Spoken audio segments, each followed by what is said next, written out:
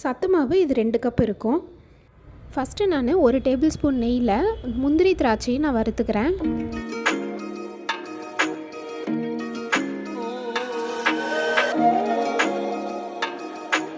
இதுக்கு 1 கப் அளவுக்கு வெல்லம் எடுத்துக்கலாம். இது கிருத்திக் ஸ்கூல்லேருந்து வந்ததுக்கப்புறம் 2 பேரும் ஈவினிங் டைமில் செஞ்சோம்.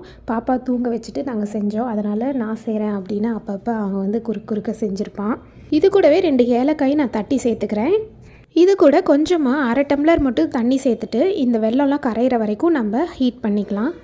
பாருங்கள், இந்த வெல்லம்லாம் நல்லா இப்போ கரைஞ்சிருச்சு. இந்த வெல்லம் கரைஞ்சதுக்கப்புறம் ஒரு 2 மினிட்ஸ் மட்டும் கொதிக்க வச்சுக்கலாம். லைட்டாக கொஞ்சம் திக்காகிற மாதிரி இருந்துச்சுன்னா நல்லாயிருக்கும்.